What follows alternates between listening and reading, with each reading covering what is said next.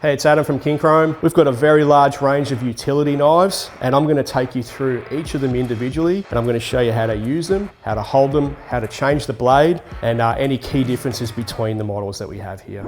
Okay, so here we've got the tri-blade utility knife. Now the advantage of this knife over the others is you've got 3 different types of blades in the actual handle.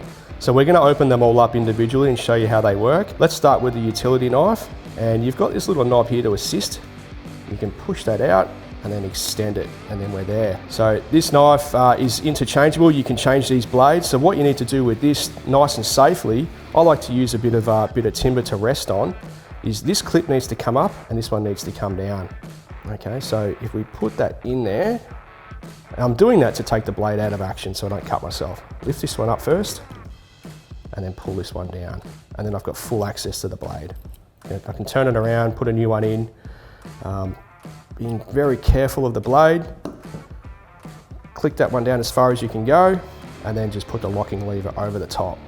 Okay, there you go. Now gripping this one, you've got to make do with what you've got because you've got the blades in there, but use your index finger in here, it's pretty comfortable. And if you want to get closer, if you've got more, put more torque into it, you've got a bit of grip here, a bit of knurling there on the bottom of there, and you can actually use it right up there a bit higher.